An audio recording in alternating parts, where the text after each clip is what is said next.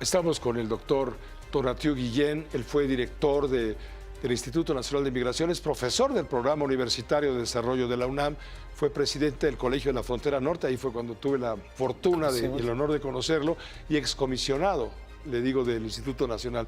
Tonatiuh, la migración.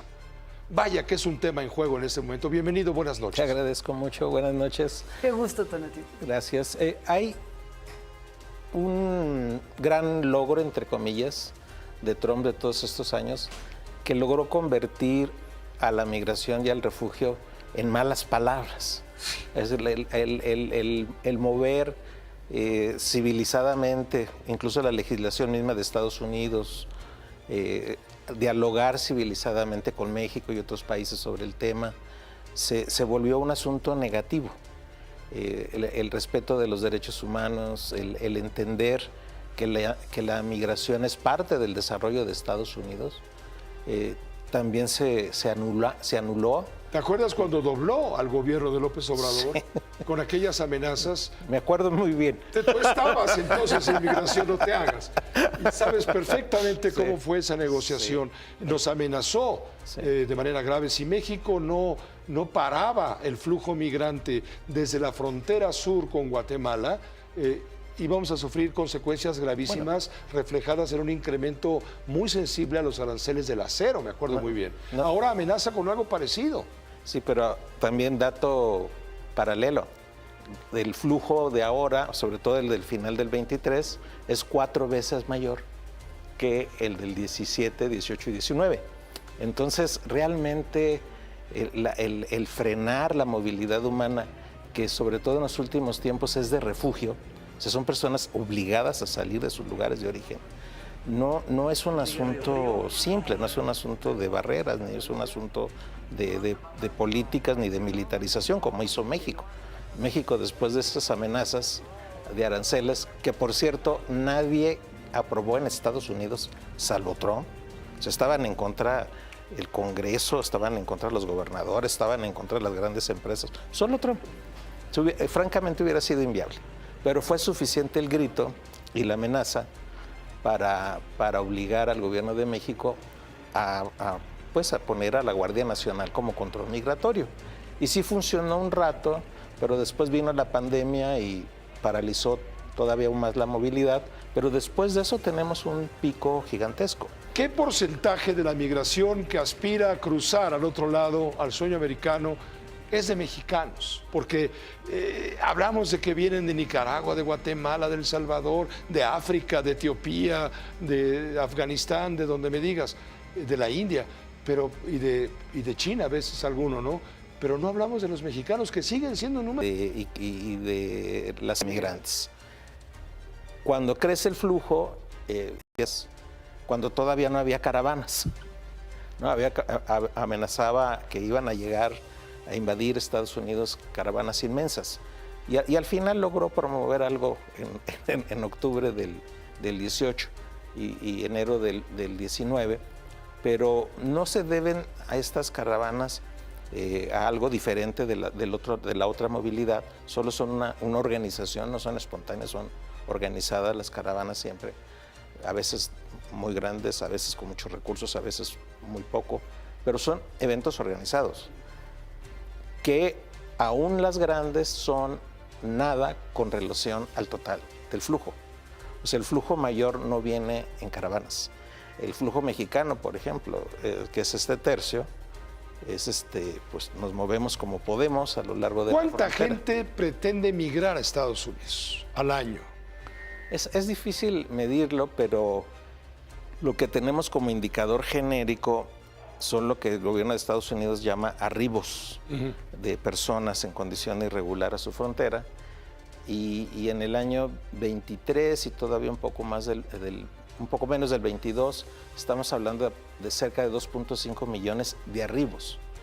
De esos 2.5 millones, en la hipótesis de que se intenta 2 veces el cruce, te da 1.2 millones, 3 veces pues te da tal vez 800,000 personas, pero siguen siendo números muy grandes el de la movilidad de arribos. No sé qué opina Alejandra, pero yo tengo dos preguntas. Uno, si en el hipotético caso de que Donald Trump ganara la presidencia esta noche, habría que entender que ese discurso xenofóbico ha sido el resultado justamente de una campaña política para lograr la presidencia. Una vez que se ponga la banda, bueno, ya no se pone la banda, pero algo equivalente, esté en el poder, ¿tú crees que no se podría contener en esas ansias de insultar a México y de agredir a México y de amenazar a México? No se va a contener eso. Porque ahora no tiene límites, me dirás. Ya no tiene límites, efectivamente. Ya el discurso está tan construido que la expectativa es de que lo haga. Lo que más bien estamos pensando en la escala, porque la escala de movilizar y capacidad de movilizar, por ejemplo, la famosa expulsión de 11 millones de personas.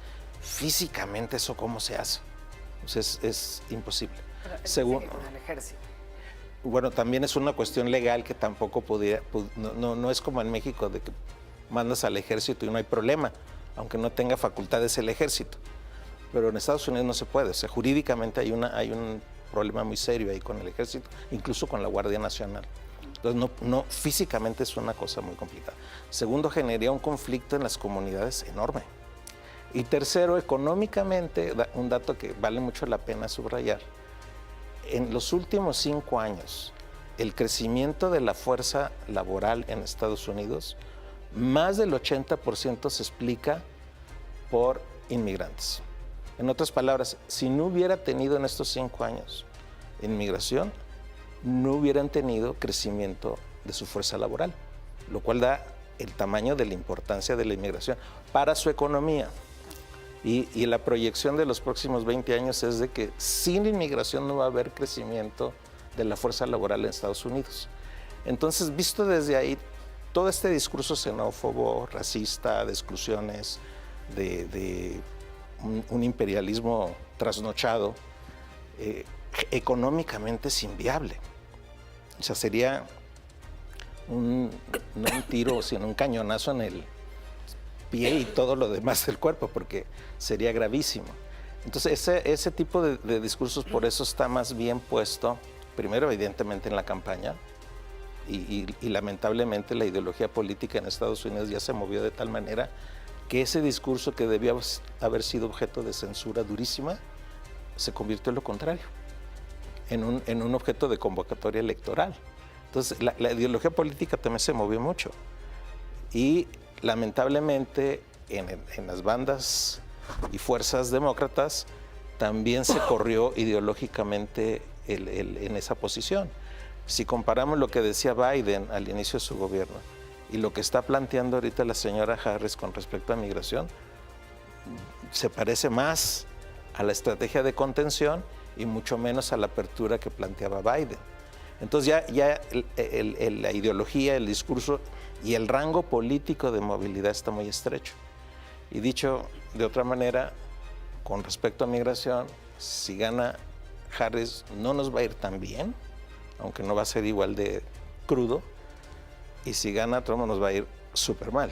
Si estábamos mal, vamos a estar peor. Sí. Tonatiu Guillén, te agradecemos mucho el que te hayas tomado la molestia de venir a compartir tus opiniones expertas sobre el tema que te especializa, el tema migratorio, para en este ámbito de la elección más importante para México, después de la mexicana, claro, es la de Estados Unidos. Sí, es muy importante ese punto concreto, además de los temas de seguridad, trata de personas, etcétera. Te agradecemos mucho que nos hayas acompañado. Un gusto. Muchas gracias. Saludarte, Tonatiu. Gracias, encantado. Seguro vamos Gracias, a tener Tonatiu. mucho que hablar en los próximos días. Seguramente, gracias. Ya tendremos oportunidad. Él fue el comisionado responsable del Instituto Nacional de Migración y es experto en este tema.